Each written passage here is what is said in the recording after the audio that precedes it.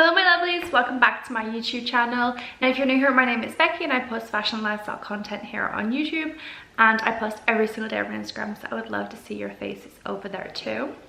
But before we go into today's video, we do have a sponsor. So I want to introduce you to a company called Biird and their new product called the Obii. So this is the Obii, and it is a little lamp, but it's not just a lamp. So if you open it up, then this inside is actually also a vibrator. This is a lamp when it's plugged in. Obviously I don't have it plugged in right now. I'm gonna put like a little clip in showing you how it works, but for this second you'll have to trust me. So this is the vibrator, and it has two settings. It has a suction setting and a vibration setting, and it is like this little cute little like bird shape, which is really adorable. I have it in two of their colors, so I have the pink and the blue, and they also have it in a yellow color, and it's like super squishy material. So it's squishy here and it's squishy here, and it's like ribbed for that extra kind of feeling. And then let me show you. So this is the suction bit. Can you see it or hear it? There. And there's like different settings to that too, obviously. Or it also has a vibration, so the whole thing vibrates then, which is a little bit harder to see on camera. Can you see if I hold it like that? I don't know. And then again, like I said, there's different settings to that. I think there's like, I wrote it down earlier so I won't forget, 4 vibration patterns and 3 suction settings, and it has like a little travel lock. So if you hold them both, then this little like red light flashes. I don't know if you saw that, but now I can't turn either setting on until I take the travel lock off. So you can put it in your bag and you don't have to worry about, like if you're traveling, you don't have to worry about it randomly vibrating in your bag, although I don't think any of us are really traveling right now, but that's against the point. When we are traveling, you can pop this in your suitcase and you don't have to worry about it like randomly. And this little bit is so cute because it's like a little night light, and it's like a really cute little mood light. So when this is charging, so you charge it on there like that, when it's charging it flashes on and off, but like really slowly, so it's like a nice little mood light. And it turns off when it's full, so you know it's full. Or if you just have this plugged in without the Obii on it, then it just gives this like gentle, consistent glow. And personally, like we've been having both of ours just plugged in the apartment, and they make such cute little night lights. I don't know if you guys know, but I'm actually really scared of the dark. So I really like having the little night light in the nighttime. So if you did watch my recent video where I talked about female pleasure, you'll know that I think that masturbation is really important, even if you're in a relationship, to kind of get to know your body a bit more and understand what you like a bit more. And I think it's really important for a healthy relationship, as well as being able to use toys together within a relationship. So yeah, if you're looking for a new one, these are really cute. You can hide them in plain sight with your lamp, and you have so many options with it because there's all the different surfaces and different settings, and they are so good. Like I can't describe it to you. You'll have to trust me. Definitely check them out if you're looking for something new to try, and you can thank me later. I do have a 10% off code as well. I'll pop that in the description box and on the screen, and there will be a link in the description box as well for you to try it out. Okay, and let's get into the video now because I have a ton of questions I want to ask. I've screenshotted them all on my phone so that I don't forget. Okay, so the first question then was random. What is your favorite color for a bra? If you're looking for a bra that's going to be super versatile, you can wear it with any top you want, and literally it's just like you want to get the most wear out of it, I would say definitely like a nude multi-wear, something as close to your skin tone as possible, because then like even if you wear a white top, you're not going to see that shadow of the white behind.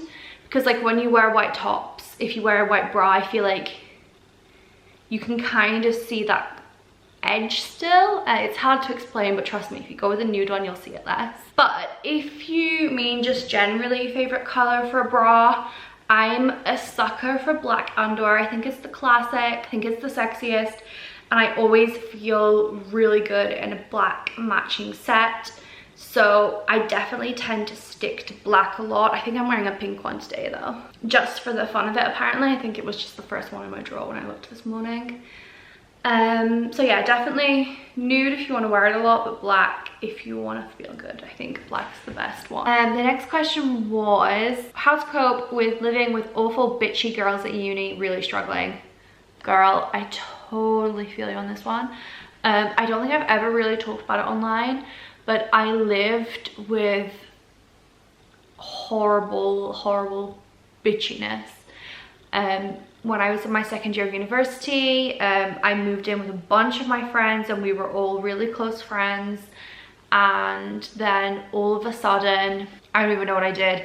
One of them decided she hated me and she like turned the whole house against me, and it was madness.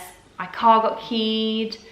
I would get texts being like, can you keep the noise down because you're annoying everyone, when I wasn't even home. Like, it was mad. So I would say my biggest regrets were, especially towards the end, I would antagonize them because I didn't like them anymore. So I would be like kind of bitchy back, and maybe I'd slam the door. So I would say definitely don't antagonize them, because in hindsight, I'm just really embarrassed that I did that. Plus my car ended up getting keyed. So I regret trying so hard, honestly. Like, at first I would frequently try and be like, let's talk about it, and like, I want to know what's going on and let's fix things. If people have made it clear they don't want to fix something and they don't like you anymore for whatever reason, just let them go. Like, let them move on, deal with their own little lives. You do your thing. You just don't have to be everybody's friend. In terms of kind of like general bitchiness, what I wish somebody had told me is like, just don't trust people that are gonna do that. There were so many times when I would hear that people had bitched or said things or whatever, and I would just kind of brush it off, and I'd be like, oh no, like, they're my friend really, and it just must be a misunderstanding. Or I just generally try and convince myself that they were my friend. That wasn't the case. As soon as somebody shows to you that they're not trustworthy, don't be their friend. They don't deserve you. Somebody who really cares about you is not going to bitch about you, and you don't need somebody in your life that is like that. Like, I would rather at this point have no friends at all than have friends that I don't trust and I feel like are like bitching about me behind my back and stuff like that. Honestly, I think the best thing you can do is just completely ignore them, especially if you live with them. Don't engage. If they're talking shit, just ignore them. If they're trying to get you involved, just literally just ignore them. And they have no power. Like, their power is that they're upsetting you. So if they can see that they're not doing that, then they're gonna get bored real quick. If you can, just get out of there. Like, at the time, my parents actually offered to buy me out of my house contract so that I wasn't around these people anymore, and I said no because I felt too guilty for my parents to pay that money. But towards the end of the year, I did end up moving into my boyfriend's house, and my mental health just went up so much when I got out of that house. So if you can in any way, I would literally like move out, just get away from them, because it's so bad for your mental health. And I don't think you realize until you come out the other side what kind of impact it can have when people are really bitchy. Unfortunately, I think university is just one of those places that just like festers it for some reason. It's like being in high school still. Don't make the mistake of booking like a house for the next year of university really soon, like as soon as possible, because trust me, no matter how beautiful the house is, no matter how beautiful the room is, if you fall out with that person before you move in together, it's not going to be worth it. So yeah, basically my main advice would be, as much as possible, don't bite. If they're trying to antagonize you, don't antagonize them, no matter how good it would feel in the moment. And if you can, just get as far away as possible. Don't be afraid to cut people out that aren't adding anything to your life. I hope that it gets better for you soon, because living with bitchy people is the worst. Okay, this one's funny. How do you feel about unsolicited dick pics? I don't want to see your penis. Don't show me. My favorite thing to do is to screenshot it and send them it back. And then like with no caption or anything. Like I don't send a message, I'll just screenshot it and send it back. And then most of the time they'll freak out and be like, what the fuck? Like why are you doing this? What's going on? So I don't know, seems to work for me. How do you deal with overcoming a fear of food? You might want to skip forward through this bit if any kind of like disordered eating is a trigger for you. But personally, I've had a lot of like disordered eating in my past, and I tend to binge or really restrict myself to try and lose weight, and then I'll end up binging again. I think that I finally kind of overcame my fears with food when I overcame my fears about how my body looks. So it was kind of around the time that I began to accept my body and kind of feel calmer in the idea of my body looking different to how I'd always wanted it to look. I'd always wanted to be the thinnest I could.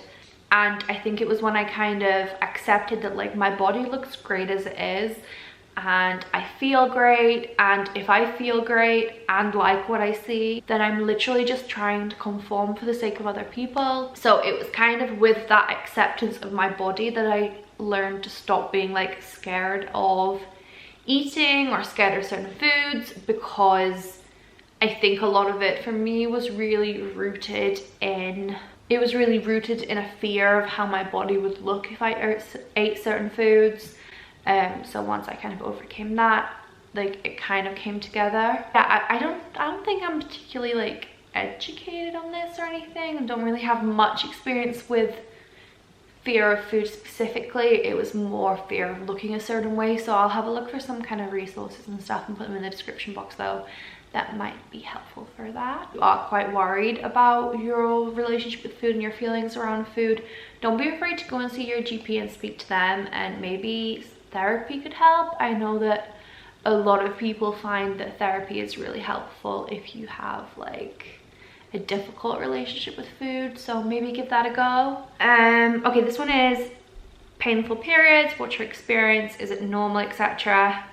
I have had horror stories of periods over the years. Like in high school, multiple times I would like bleed through pads through my clothes, and it would be on the chair and I would have to clean it. And once I had to have a teacher call my parents to bring me clean clothes because it was everywhere.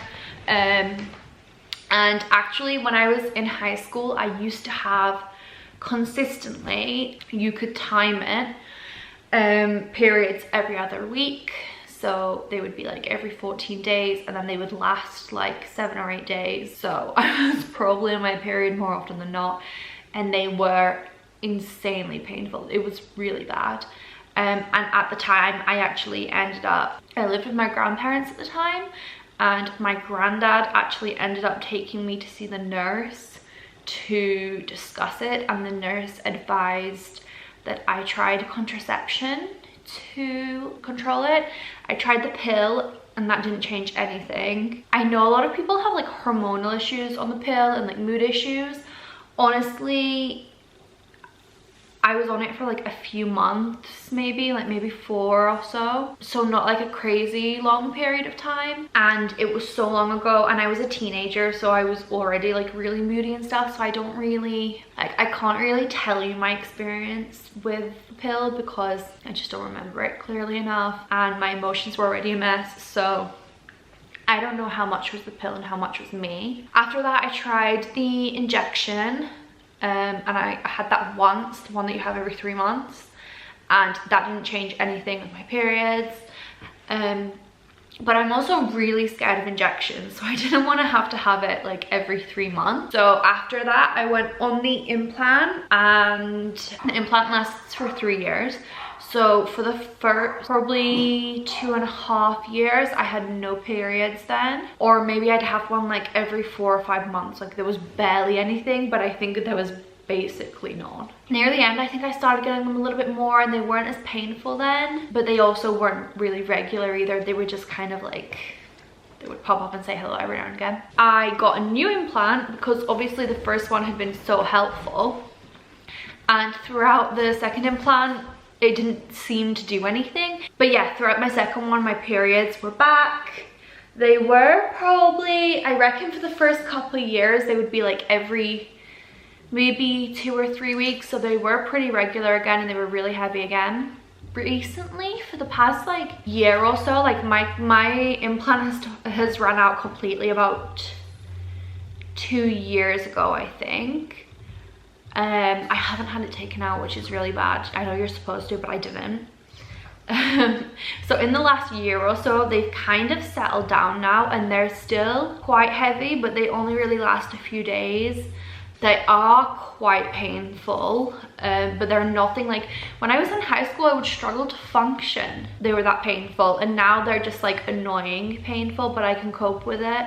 And I use these CBD tampons now, so like that helps with the pain a lot as well. But now they're like every 5 or 6 weeks maybe. Like they're still not really regular.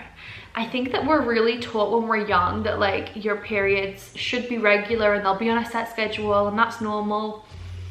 And they'll be painful, but only a little bit. And like, it's such a lie. Like everybody that I've spoken to about their experiences, everybody has a different story. Everybody's has a different cycle and different like heaviness and pain. Everybody just has such different experiences that I think it's crazy that we were all taught like it'll be every 4 weeks, 5 to 7 days, pain is manageable, blah blah blah. Like we were lied to so much. But what I would say is learn what is normal for your body, and then you know what to expect. So for me, if I go 6 weeks with no period, I'm not really worried. If I went, I don't know, 3 months without one, then I'd be a bit like, okay, why? What's going on? So yeah, learn what is normal for you and listen to your body when it's telling you there's something up. Got asked was, how do you feel comfortable about being a sexual being? And somebody similarly asked, how do you feel empowered by sex rather than dirty? Honestly, I think a lot of that's come with age, and as I've gotten older, I've just become more comfortable with it, and I just don't care as much what people think. I think there's a lot of things that if you're just open about them, then it loses the power of it being something shameful. Honestly, I think a lot of the time, if it is a topic that could be uncomfortable or that is a bit embarrassing, I think that opening up and talking about it can like eliminate all of that shame.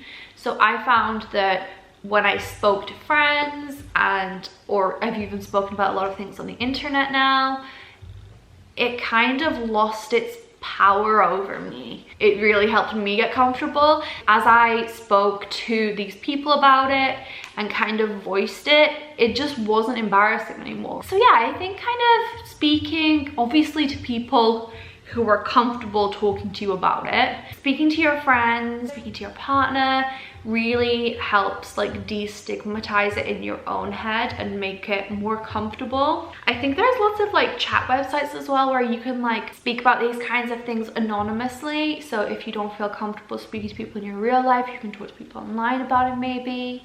But yeah, basically like a lot of things, I think once you kind of speak to people in your life about it and realize that they don't think it's a big deal, it helps you to kind of deal with it. And I feel like I've gone way off question. What was the exact, how do you feel comfortable? Yeah, and the thing is, most adults are having sex and it's not a dirty thing, it's a normal thing, it's a natural drive, it's okay. And I think the more you kind of come to accept that, the more you can kind of come to accept yourself as a sexual being. Okay, so actually I've been filming for like a couple of hours now, and I feel like I have more than enough / way too much footage. So if I didn't answer your question today and you would still like it answering, let me know in the comments, and if there's enough, then I will film another video like this. or if there's only a few, then maybe I'll just reply in like DMs or something like that. Thank you guys so much for watching. I hope this video was useful to some of you or helpful in some kind of way. Don't forget to check out the Obii. I'm gonna put the link in the description box below with the discount code as well, so you guys can check it out and save yourselves some monies. Don't forget to like and subscribe, and hopefully I'll see you all next time. Bye.